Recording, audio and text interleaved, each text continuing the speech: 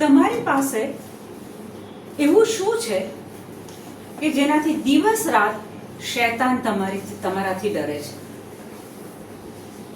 સામાન્ય રીતે લોકો શું કહે છે? શૈતાનથી ડર લાગે. શૈતાન કહે છે કે પાવરફુલ. માણસોએ પોતાના શબ્દો દ્વારા શૈતાનને પાવરફુલ બનાવ્યો છે. એનું કોઈ પાવર નથી. એ તો એક ક્રુસની નીચે રાખ થઈ ગયો છે જ્યારે ઈસુએ બલિદાન આપ્યું ત્યારે. એનો કોઈ પાવર છે જ નહીં, પણ લોકોએ પોતાના શબ્દો દ્વારા એને મોટો બનાવ્યો છે. તો તમારી પાસે અમુક બાબતો છે કે જેના કારણે એ ડરે છે. તો પહેલું શૈતાન છે કોણ? યશાયા 14:12. ઓ પ્રભાતના તેજસ્વી તારા, તું આકાશમાંથી કેવી રીતે પડ્યો? તેજસ્વી તારા, તું આકાશમાંથી કેવી રીતના પડ્યો? પ્રજાઓને ધૂળ ચાટતી કરનાર, તું શી રીતે ભોંય ચાટતો થયો? પ્રજાઓને ધૂળ ચાટતી કરનાર, તું શી રીતે ધૂળ ચાટતો થઈ ગયો? પછી તું તારા મનમાં એમ ધારતો હતો કે હું આકાશમાં ચડીશ અને ઈશ્વરના નક્ષત્રો કરતા પણ ઊંચે મારું સિંહાસન માંડીશ. નક્ષત્રો કરતા પણ ઊંચે હું મારું સિંહાસન માંડીશ. આ એનું લક્ષણ. પ્રભુનો બરોબરીયો થવો છે, પ્રભુથી ઉપર થવું છે, ઊંચું સ્થાન લેવું છે. આકાશના ઘુમ્મટની ટોચે દેવોની સભાના પર્વત ઉપર બેસીશ. હું તો બેસીશ. હા, પછી હું વાદળોથી પણ ઉપર જઈશ અને પરાત પરનો બરોબરીયો બનીશ. પ્રભુનો બરોબરીયો બનવાની એની આ વાત છે. પછી પણ તું તો અધોલોકમાં આવી પડ્યો છે. પાતાળને તળિયે પહોંચી ગયો છે. પણ તું તો અધોલોકમાં આવી પડ્યો છે. પણ તું તો ક્યાં આવી પહોંચ્યો છે? અધોલોકમાં. હવે તમે આ વચનો દ્વારા જુઓ તો એ શૈતાનને શું જોઈએ છે? ઊંચું સ્થાન, પ્રભુનું બરોબરિયું થવું છે. એને સામાન્ય જગ્યા જોઈતી નથી, એને ઊંચા વાદળો પર બેસવું છે. આ એની એક ઓળખાણ છે. બીજી એક ઓળખાણ લઈએ આપણે. ઉત્પત્તિ 3:1 કાઢો ને. હવે પ્રભુ પરમેશ્વરે બનાવેલા કોઈ પણ જંગલી પ્રાણી કરતા સાપ વધારે લુચ્ચો હતો. તેણે પેલી સ્ત્રીને કહ્યું, હેવાને કહ્યું, તમારે વાડીમાંના કોઈ પણ વૃક્ષના ફળ ખાવા નહીં એવું ઈશ્વરે તમને કહ્યું છે એમને. પ્રભુએ શું કીધું કે બધા ફળ ખાવાના? અહીંયા આ શૈતાનની ઓળખાણ તમને આપું છું. એ તમને વાતને કેવી ટ્વિસ્ટ કરીને તમારી આગળ લાવે છે, ફેરવીને લાવે છે. ઊંધું પૂછે છે કે ખાવાની ના પડી છે ને, કે છે કે એમને. સ્ત્રીએ જવાબ આપ્યો, વાડીમાંના ઝાડના ફળ ખાવાની તો અમને છૂટ છે. પણ ઈશ્વરે એમ કહ્યું છે કે વાડીમાં વચ્ચોવચ્ચ જે ઝાડ છે તેના ફળ તમારે ખાવા નહીં. તેમ તેને અડવું પણ નહીં. હવે આ હેવા જવાબ આપે છે. વાડીમાં વચ્ચોવચ્ચ જે ઝાડ છે તેના ફળ તમારે ખાવા નહીં, તેમ તેને અડવું પણ નહીં, નહીં તો મરી જશો. હેવા ક્લેરિફિકેશન આપે છે કે વચ્ચોવચ્ચ જે ઝાડ છે એનું ફળ ખાવાનું નહીં, અને આ ખાશો તો તમે મરી જશો. સાપે સ્ત્રીને કહ્યું, તમે મરી નહીં જાઓ. અહીંયા આવ્યું જૂઠાણ. તમારા જીવનમાં હંમેશા સત્ય જ રહેવાનું. કે પ્રભુ વચનથી વિરુદ્ધનું કોઈ સજેશન, કોઈ ગાઈડન્સ, કોઈ બાબત, કોઈ નિર્ણય, કોઈ વાતચીત, કોઈ ગોસિપ કાનૂચા કરી દેવાનું. અહીંયા એ શું કહે છે? તમે ખાશો તો મરી નહીં જાઓ. સીધું એ વચન સાથે ખિલવાડ કરે છે, એ વચનને ખોટું પાડે છે. તમે ખાશો તો મરી નહીં જાઓ. પછી આગળ, પણ ઈશ્વર જાણે છે કે પણ ઈશ્વર જાણે છે કે તમે એ ખાશો તો તમારી આંખો ઉઘડી જશે. ફરીથી જૂઠું, તમે ખાશો તો તમારી આંખો ઉઘડી જશે. પછી અને તમે દેવ જેવા બની જશો. અને એકદમ સુપર ડુપર જૂઠું કે તમે દેવ જેવા બની જશો. જુઠ્ઠાણું. શૈતાન જો તમારી સાથે કદાચ ડીલિંગ કરે તો આ બે વસ્તુ યાદ રાખવાની, એ છેતરામણી લઈને આવે છે અને જુઠ્ઠાણું લઈને આવે છે. તમને વચનથી દૂર કરવા માટે આ બે બાબત એ કરે છે. તમને પણ સારા સારનું જ્ઞાન થશે. અને છેલ્લે કહે છે કે તમને પણ સારા સારનું જ્ઞાન થશે. આ છે શૈતાનની ઓળખાણ. બધી જગ્યાએ મોભાનું સ્થાન જોઈએ છે, માન જોઈએ છે, પ્રભુનું બરોબરિયું થવું છે, અને એ જ્યારે આપણી સાથે ડીલિંગ કરે છે ત્યારે આ જુઠ્ઠાણું છેતરામણી લઈને આપણી પાસે આવે છે. ઓકે, હવે એમ તમે જુઓ તો એનું કોઈ જોર, કોઈ પાવર, કોઈ શક્તિ એની પાસે છે જ નહીં. પણ એને તમારી પાસે કામ કરાવવું હોય તો આ 2-3 બાબતો લઈને એક કામ આજના દિવસે એ લોકો પાસે કરાવે છે. ઓકે, તો તમારી પાસે એવું શું હોય કે જેના કારણે એ તમારી પાસે જ ના આવે? સૌથી પહેલું લખો, ઈસુનું લોહી. હિબ્રુ 9:12. એવા મહત્તર અને શ્રેષ્ઠતર તંબુમાં થઈને એવા મહત્તર અને શ્રેષ્ઠતર તંબુમાં થઈને પરમ પવિત્ર ધામમાં એક વારકો પ્રવેશ કર્યો છે. એક વારકો પ્રવેશ, ઈસુએ એક વારકો પ્રવેશ કર્યો છે. તેઓ પોતાની સાથે બકરા અને વાછરડાનું નહીં, બકરાનું કે વાછરડાનું નહીં, પણ પોતાનું લોહી લઈ ગયા છે. પણ પોતાનું લોહી લઈને ગયા છે. અહીં આગળ ઈસુના બલિદાન વખતે જે લોહી ઈસુએ વેવડાવ્યું હતું, એ લોહી કેવું કે મિસરમાંથી નીકળતી વખતે પેલું પ્રાણીનું લોહી જો દરવાજા પર લગાવેલું હોય તો એ ઘરમાં પહેલા ખોળાનો બાળક ના મરી જાય. જો પ્રાણીના લોહીમાં પ્રભુના કહેવા પછી એ પ્રાણીના લોહીથી જો બાળક બચી જતું હોય તો આ તો ઈસુનું લોહી છે. એક વારકા ઈસુ એ સ્વર્ગમાં પહોંચ્યા છે અને જૂના કરાર પ્રમાણે પેલું લોહી, પ્રાણીનું લોહી, પંખીનું લોહી પાપના પ્રાયશ્ચિત રૂપે પતી ગયું બધું. ઈસુ એક વારકા પોતાનું લોહી લઈને ઉપર ગયા છે અને એ લોહી તમારી પાસે છે. આજના દિવસે એ લોહી આપણી પાસે છે. તમે સવારમાં ઉઠીને જો તમે એમ બોલીને દિવસ શરૂ કરો કે પ્રભુ ઈસુ, અત્યારે તમે ક્રૂસ પર વેવડાવેલા એ પવિત્ર લોહીમાં હું મારી આખી જાતને માથાથી પગ સુધી ઢાંકી દઉં છું. જો તમે આ બોલો છો તો દિવસ દરમિયાન શૈતાન તમારાથી ડરે છે. પર્ટિક્યુલર જગ્યાએ દુખે છે ત્યાં બોલો, પહેલું તો ઈસુના ગાથી મને સાજાપણું મળી ગયું છે, ઈસુના સોળથી હું સાજી સમી છું. અને ત્યાં જે તે જગ્યા પર દુખતું હોય ત્યાં ઈસુનું લોહી લગાવો. અનુભવ કરીને જોજો. એ ઈસુનું લોહી, એ પવિત્ર લોહી, એનાથી શૈતાન ડરે છે. બીજો એક કાઢો, દર્શન 12:11. ઘેટાના બલિદાનના પ્રતાપે અને તેમણે પોતે પૂરેલી સાક્ષીથી તેઓએ તેનો પરાભવ કર્યો છે. તેનો એટલે કે અહીંયા શૈતાનની વાત છે. ઈસુ ખ્રિસ્તના બલિદાનથી. ઇંગ્લિશ બાઇબલમાં ત્યાં હશે બ્લડ શબ્દ. by the blood of Jesus છે, by the blood of the lamb, અહીંયા કહે છે કે ઈસુના બલિદાનથી. અંગ્રેજી બાઇબલ મને ત્યાં ભાષાંતર મને સારું લાગે છે કે by the blood of lamb,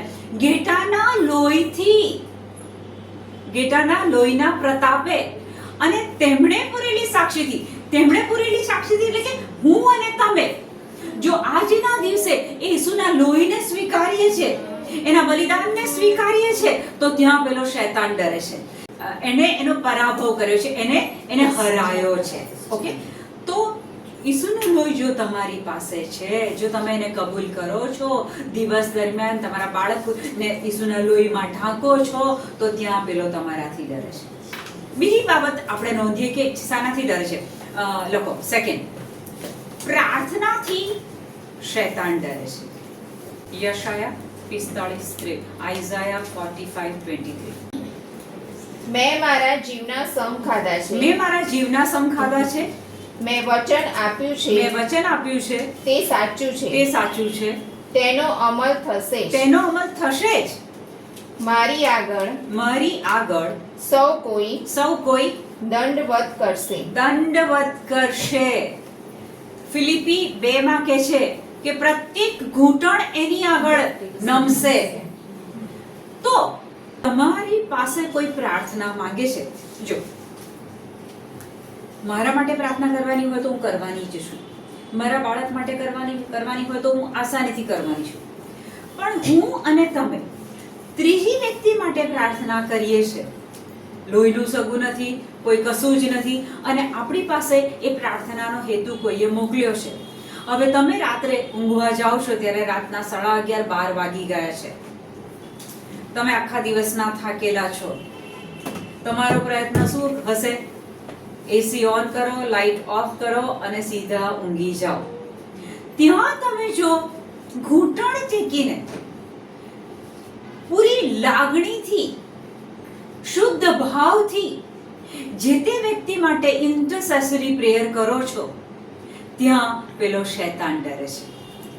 મારા માટે હું કરવાની છું, તમારા માટે તમે કરવાના છો. પણ હું અને તમે ત્રીજી વ્યક્તિ માટે પ્રાર્થના કરીએ ત્યાં એ શૈતાન ડરે છે. ત્યાં મારો સ્વાર્થ નથી, તમારો સ્વાર્થ નથી. કોઈ વ્યક્તિ આઈસીયુમાં છે, લાવ આજે 1 કલાક હું એના માટે બોલીશ કે ઈસુના ઘાથી એ સાજો થઈ ગયો છે, ઈસુના સોરથી એ સાજો થઈ ગયો છે. તમે એ વ્યક્તિને ઈસુના લોહીમાં ઢાંકો છો અને ઘૂંટણ ટેકીને પ્રભુને આર્તનાદથી પ્રાર્થના કરો છો. ત્યાં એ પ્રાર્થનાથી શૈતાન ડરે છે. ઓકે. ત્રીજી બાબત, અન્ય ભાષા. 1:14. નોખી ભાષા બોલનાર. નોખી ભાષા એટલે કે અન્ય ભાષા, સ્પીકિંગ ઇન ટંગ્સ. નોખી ભાષા બોલનાર, અન્ય ભાષા બોલનાર માણસોને નહીં પણ માણસોની સાથે વાત નથી કરતો, માણસોને નહીં પણ ઈશ્વરને ઉદ્દેશીને બોલે છે. ઈશ્વરને ઉદ્દેશીને બોલે છે. જ્યારે આપણે અન્ય ભાષામાં બોલીએ છીએ ત્યારે આપણે એકબીજા સાથે વાત નથી કરતા, આપણે ઈશ્વર સાથે વાત કરીએ છીએ. આપણે આબા પિતાના સિંહાસન પાસે પહોંચી જઈએ છીએ અને એમની સાથે એક બાળક તરીકે વાતચીત કરીએ છીએ. નાનું બાળક બોલતા નથી આવડતું, લા લા લા પાપા પાપા કાકા કાકુ કશું પણ બોલે છે. એ જ રીતે અન્ય ભાષા એ પવિત્ર આત્માની ભાષા છે અને જ્યારે એ ભાષામાં વાત કરીએ છીએ ત્યારે આપણે આબા પિતા જોડે વાત કરીએ છીએ, લોકો જોડે વાત કરતા નથી. અને એ અન્ય ભાષા શું કહેવાય કે એક જ ભાષા એવી છે, એક જ પ્રાર્થના એવી છે જે શૈતાનને નથી આવડતી.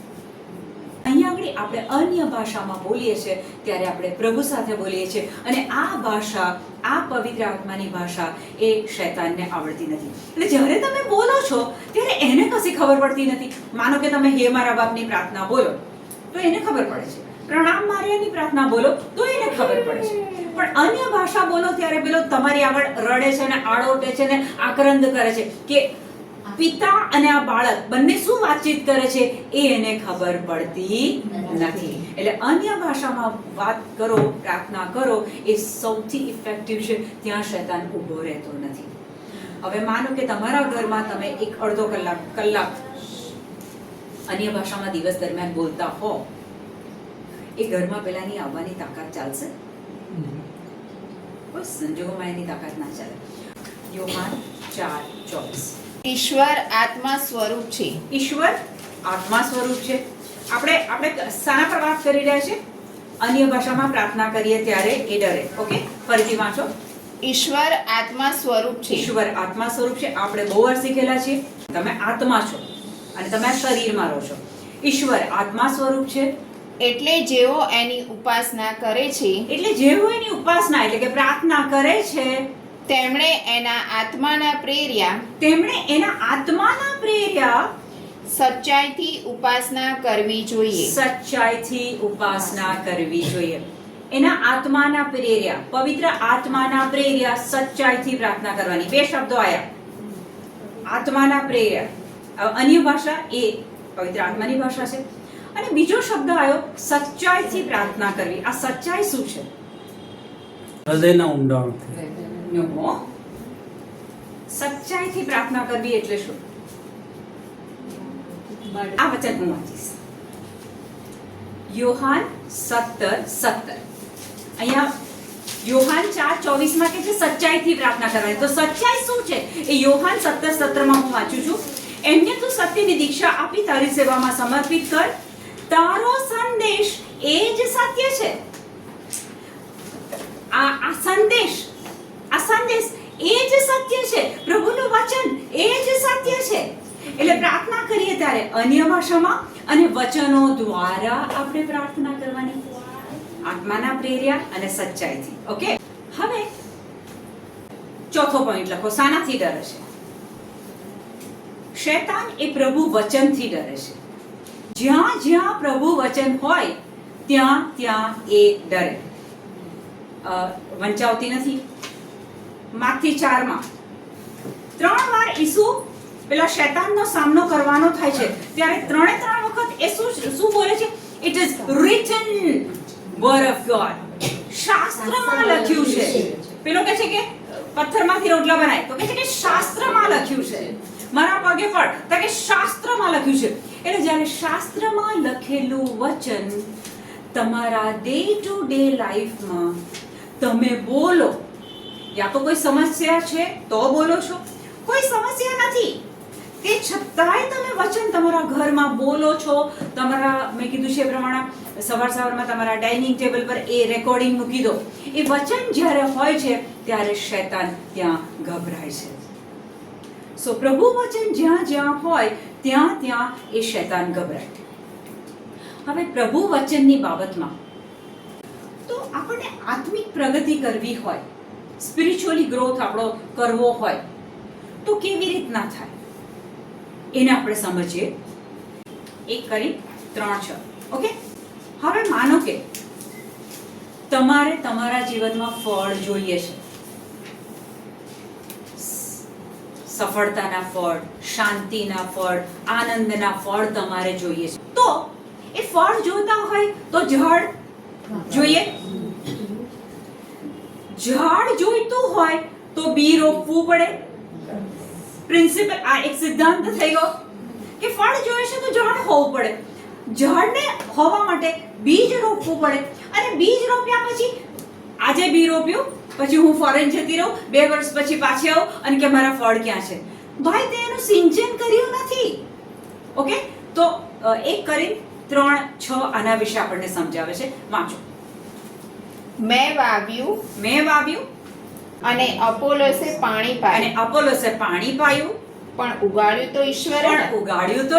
3 પ્રોસિજર છે. હા, તમને તમારા જીવનમાં ફળ જોઈએ છે, ફેમિલીમાં યુનિટી જોઈએ છે, બાળકોનો પ્રોગ્રેસ જોઈએ છે, બાળકોના સારા રિઝલ્ટ્સ જોઈએ છે, સ્કૂલમાં, કોલેજમાં કોઈ પણ પ્રકારના ફ્રૂટ્સ તમને જોઈએ છે. તો એના માટેના 3 સ્ટેપ્સ, 3 પગથિયા બતાવી દીધા. સંત પાઉલ બોલે છે કે મેં વાવ્યું. કરિન્થવાસીઓના હૃદયમાં સંત પાઉલે પ્રભુ વચનના દાણા વાવ્યા. પછી વખતો વખત જઈને અપોલોસે પાણી રેડ્યું, એમને રિમાઇન્ડ કર્યું, પાછું યાદ કરાયું, પાછું કંઈક કીધું. પાઉલે વાવ્યું, અપોલોસે પાણી આપ્યું, પણ ઉગાડ્યું કોણે? ઈશ્વરે ઉગાડ્યું. એ કામ પ્રભુનું છે. હવે આપણને આપણા જીવનમાં ફળ જોઈએ છે. સરોજબેન કહે છે કે હવે હું રિટાયર્ડ થઈ છું, હવે મને કોઈ પણ કામ કરવું નથી, કોઈ જવાબદારી જોઈતી નથી, હવે બસ મને શાંતિ જોઈએ છે. ઓકે, એમને આ ફળ જોઈએ છે. રિટાયર્ડ થઈ ગયા છે, પાછળની જિંદગી કે છે પ્રભુ વચન સિવાય મારે કંઈ કરવું નથી, શાંતિમાં જીવવું છે. તો એ ફળ, શાંતિનું ફળ એમને જોઈએ છે. તો એના માટે શું કરવું પડશે? ખોલો, માર્ક 4:14 ખોલો. વાવનાર એટલે ઈશ્વરની વાણી વાવનાર. વાવનાર એટલે ઈશ્વરની વાણી વાવનાર. સંત પાઉલે કોરિન્થવાસીઓમાં શું વાવ્યું? પ્રભુ વચન, પ્રભુની વાણી વાવી. તમને કોઈ ફ્રૂટ જોઈએ છે, કોઈ ફળ જોઈએ છે, તો તમારે શું વાવવાનું છે? પ્રભુની વાણી, પ્રભુનું વચન, પ્રભુનો શબ્દ, વર્ડ ઓફ ગોડ આપણે આપણા જીવનમાં વાવવાનું છે. હવે માનો કે સરોજબેન કે છે હવે હું રિટાયર્ડ થઈ ગઈ છું અને મને શાંતિ જોઈએ છે, બરાબર? તો ખલાવડાવતી નથી, બહુ ટાઈમ જશે. યોહાન 14:27 માં કહે છે કે હું તારે સારું શાંતિ મૂકતો જાઉં છું, મારી પોતાની શાંતિ તને આપતો જાઉં છું. હું જે શાંતિ આપું છું તે સંસાર આપે તેવી નથી. પ્રભુ ઈસુ તમને કહે છે કે હું મારી શાંતિ તને આપતો જાઉં છું, મારી પોતાની શાંતિ તને આપતો જાઉં છું. હું જે શાંતિ આપું છું તે સંસાર આપે તેવી નથી. તારા અંતરને અસ્વસ્થ થવા દઈશ નહીં, તેમજ હિંમત પણ હારીશ નહીં. હવે માનો કે મારા જીવનમાં શાંતિ જોઈએ છે, અતિશયોક્તિ નથી કરતી. એક સમય હતો કે અમુક પ્રશ્નો ઉપસ્થિત થાય ને મને ખબર ના પડે કે આવું કેમ છે, અને ત્યાં મને કોઈકે સમજાવ્યું કે આ વચન બોલ, અને મેં આ વચનને દિવસ રાત લઈ પાડ્યું. વાયુ ખરું, મેં મારી જાતે જ મારા હૃદયમાં, માર્ક 4 માં શું કહે છે કે આપણું હૃદય એ જમીન છે. 4 પ્રકારની જમીન. આપણું હૃદય એ જમીન છે, એની અંદર પ્રભુનું વચન વાવવાનું. અને પછી અપોલોસે પાણી પાયું. રોજે રોજ પાણી શાનું પાવાનું? રિપીટેશનનું પાણી, પુનરાવર્તનનું પાણી આપણે રોજે રોજ પાવાનું. એ વચન મેં એટલી વખત બોલી છું, અને જ્યાં વચન હોય ત્યાં શૈતાન એનું કામ ના કરી શકે, શૈતાન ભાગી જાય. અને પછી એ જે શાંતિ એકવાર અનુભવ થયો છે તો હું તો એ બોલવાનું બંધ જ નથી કરતી. મારા રોજના નિત્યક્રમમાં આ વચન રોજ હું બોલું છું. શાંતિ બહારથી નથી આવતી, એ વચનમાંથી આવે છે. એ વચન આપણી અંદર વાવવાનું છે. કલ્પના કરો, 2 મિત્રો છે, બંને મિત્રો પાસે એક સફરજનનું બીજ છે, સીડ છે. ઓકે, હવે બંને પાસે આ બીજ છે, એમાંનો એક એને વાવે છે અને એમાં રોજે રોજ પાણી અને એનું બધું કેર કરે છે. બીજો છે એને બી વાયું છે, વાયા પછી એ એની લાઈફમાં બિઝી થઈ ગયો. એ ભૂલી ગયો કે મેં એક સફરજનનું બી વાયું છે. નોકરીમાં, ધંધામાં, કુટુંબમાં એ બિઝી થઈ ગયો. આ વાળો માણસ એક સફરજનનું બી વાયા પછી રોજ એમાં ખાતર, પાણી બધું સિંચન કરે છે. 10 વર્ષ પછી આ બાજુવાળા માણસ પાસે સફરજનનો આખો બગીચો એની પાસે છે. કેમ? એણે એક બી વાયું, એમાંથી એક ઝાડ ઉગ્યું, એક ઝાડ પર અનેક સફરજન આવ્યા, એમાંથી એણે ફરીથી વાયું, બીજા ઉગ્યા, એમ કરતા કરતા આખું એક બગીચો ભરાઈ ગયો. આ વાળો માણસ બી વાવીને ભૂલી ગયો, નથી પાણી નાખ્યું, નથી કાંઈ કર્યું. એ બી ત્યાંનું ત્યાં સુકાઈ ગયું. તમારા જીવનમાં ભૂતકાળમાં જ્યારે રિટ્રીટો અટેન્ડ કરી છે ત્યારે પ્રભુએ તમારા જીવનમાં એ બી નાખ્યા છે. કદાચ ફાધર જીમી બાર્નાબાસ હોય, યા તો પોટામાં તમે ગયા હોય, તમને એ વચન તો મળેલું, પણ તમે શું સમજ્યા કે આપણે વચન લઈ લીધું ને, હવે પત્યું. મેં રિટ્રીટ અટેન્ડ કરી લીધી ને, હવે પતી ગયું. એ વચન લીધા પછી પૂરું નથી થતું, ત્યાં તો હજી શરૂઆત થાય છે. રોજે રોજ રિપીટેશનનું પાણી નાખવું પડે. હવે આ બંને આપણે છોકરાઓના એક્ઝામ્પલ લીધા, એ આપણા જીવનમાં એટલું જ સાચું પડે છે. અહીંયા આપણા ગ્રુપમાં શરૂઆતથી લઈને હમણાં સુધી બધા રેગ્યુલર આવે છે. તમારી જાતને સવાલ પૂછજો કે વચનોથી ભરેલો આપણો વિડીયો હોય છે, અહીંયાથી ગયા પછી અટેન્ડ કરેલી વ્યક્તિ ઘરે જઈને સાંભળે છે? We are busy with our schedule.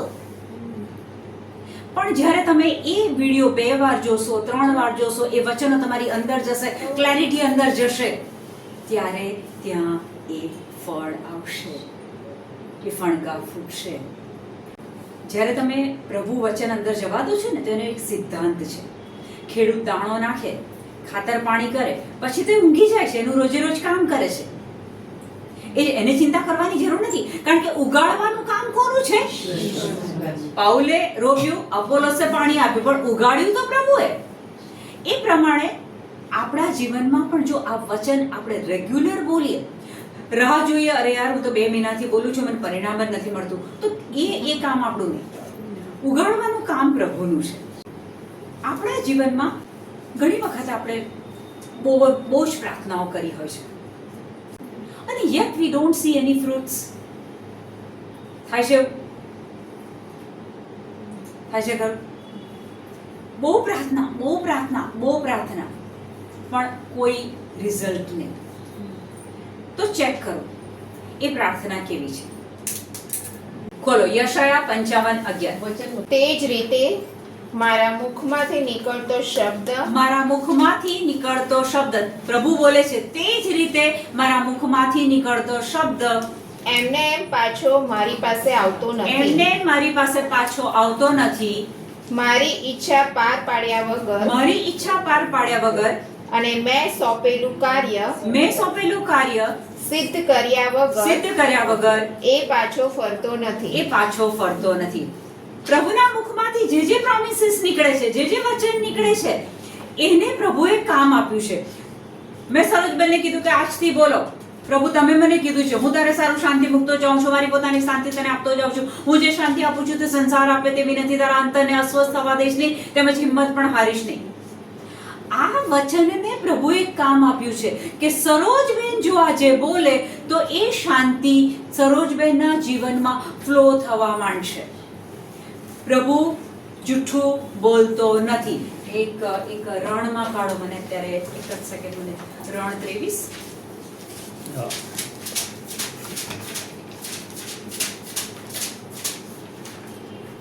Very good, thank you Holi spirit, તમે મને યાદ કરાવ્યું. રણમાં 23:19 હું વાંચીશ. ઈશ્વર કઈ માનવી નથી કે જુઠ્ઠું બોલે.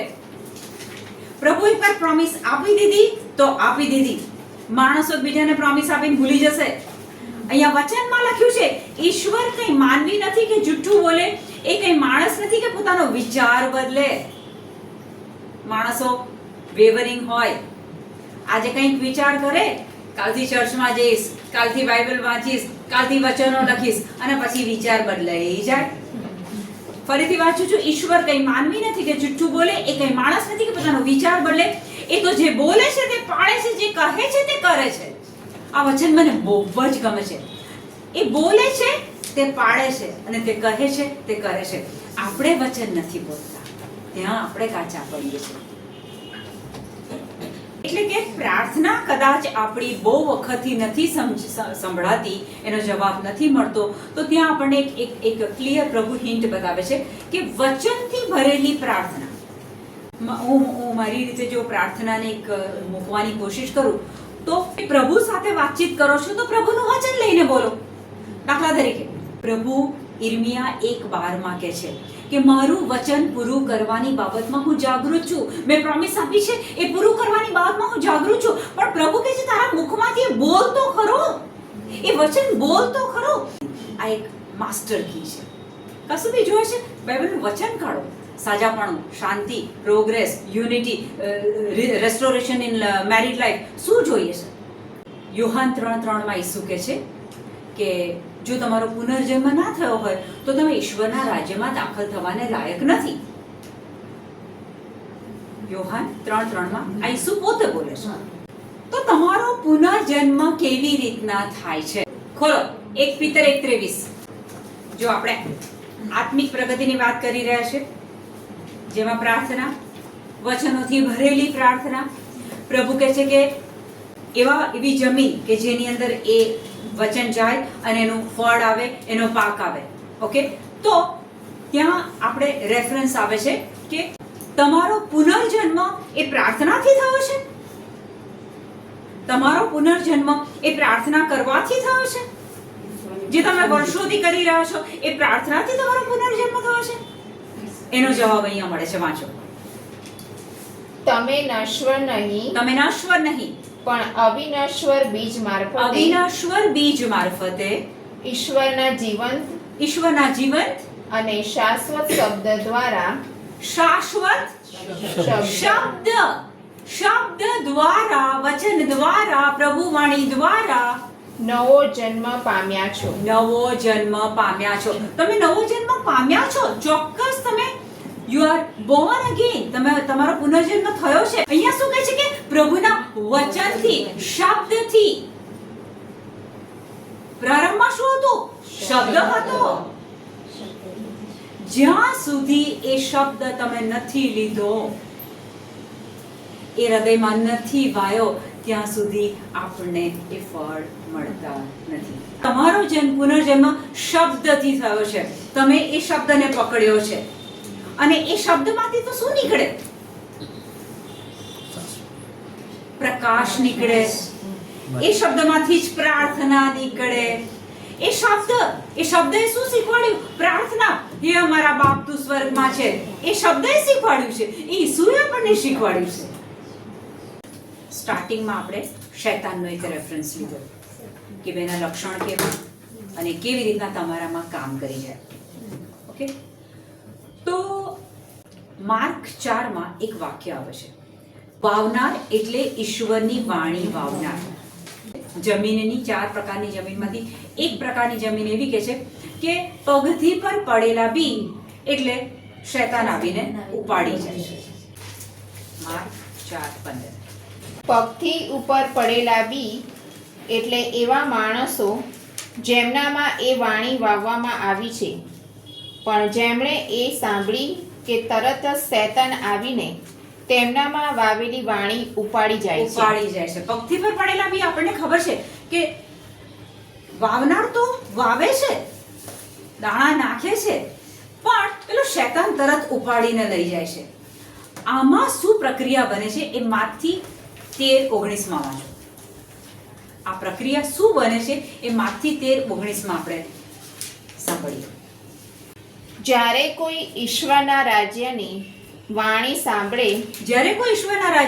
સાંભળે પણ સમજે નહીં ત્યારે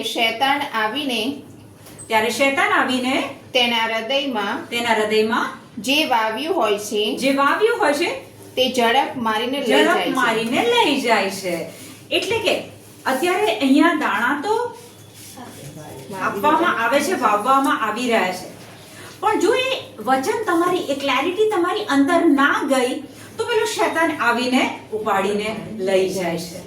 એટલે શૈતાનનું કામ શું છે કે જ્યાં જ્યાં પ્રભુ વચન જતા હોય ત્યાં એ અલર્ટ રહેશે.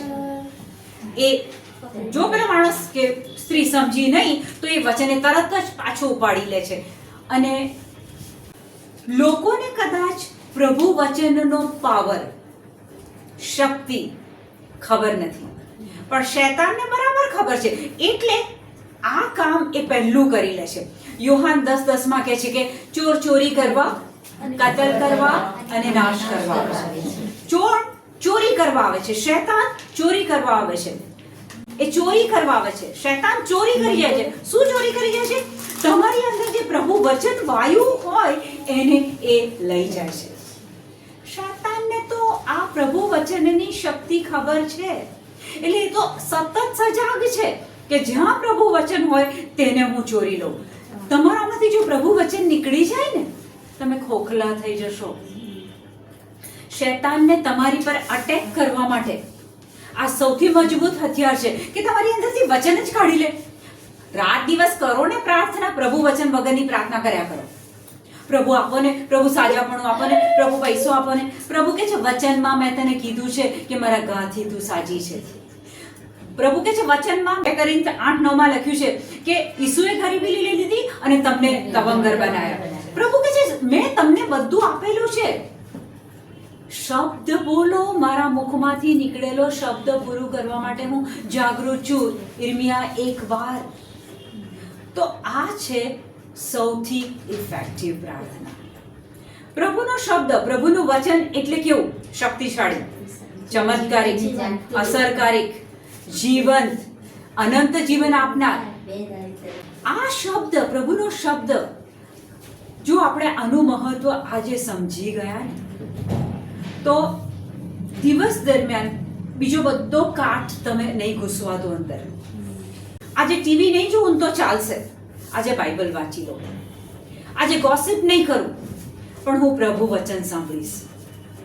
હું આળસ નહીં કરું પણ હું પ્રભુ વચન ભરેલા વિડીયો જોઈશ. કારણ કે વચન જ કહે છે કે સાંભળવાથી શ્રદ્ધા વધે છે. જો આપણી શ્રદ્ધા વધારવી છે તો પ્રભુ વચન સાંભળવા પડશે, ખ્રિસ્ત વિશે આપણને સાંભળવું પડશે. અને આ વચન તો કેવું છે ખબર છે? પ્રભુ વચન કેવું કે પૃથ્વી પરના જીવનની સાથે પણ, અને આ પૃથ્વી પરનું જીવન પૂરું થયા પછી પણ અનંતકાળી જીવનમાં પણ વચન જ આપણી સાથે હશે, ઈસુ જ આપણી સાથે હશે, શબ્દ આપણી સાથે હશે. અને છેલ્લું, શૈતાન શાનાથી ડરે છે? તો કહે છે કે જ્યારે તમને કોઈ એક સુપરનેચરલ અનુભવ થાય, સાજાપણું મળે, નોકરી મળે, કશું જ બી એક તમારા લાઈફમાં સુપરનેચરલ બાબત બને, તમને ખબર પડે કે આ કોઈ માનવીનું કામ નથી, આ ફક્ત પ્રભુનું કામ છે. અને ત્યારે તમે એ સાક્ષી જ્યારે જાહેરમાં આપો છો, લોકોની આગળ બોલીને બતાવો છો, ત્યારે પેલો શૈતાન એનાથી ડરે છે. એને એ ગમતું નથી કે તમે પ્રભુના કામને ઊંચું કરો, પ્રભુના નામને ઊંચું કરો, એ એને નથી ગમતું. એટલે સાક્ષી આપો છો ત્યારે એ બહુ જ ખુશ થાય છે. તો આ આટલી બાબતો કે જેનાથી શૈતાન ડરે છે. ઈસુનું લોહી, ઘૂંટણે પડીને તમે પ્રભુને પ્રાર્થના કરો વચનો સાથે, બીજા લોકો માટે, તમારા કુટુંબીજનો માટે. અન્ય ભાષામાં બોલો ત્યારે એ ડરે છે. પ્રભુ વચનથી એ ડરે છે અને સાક્ષીથી ડરે છે. આમેન.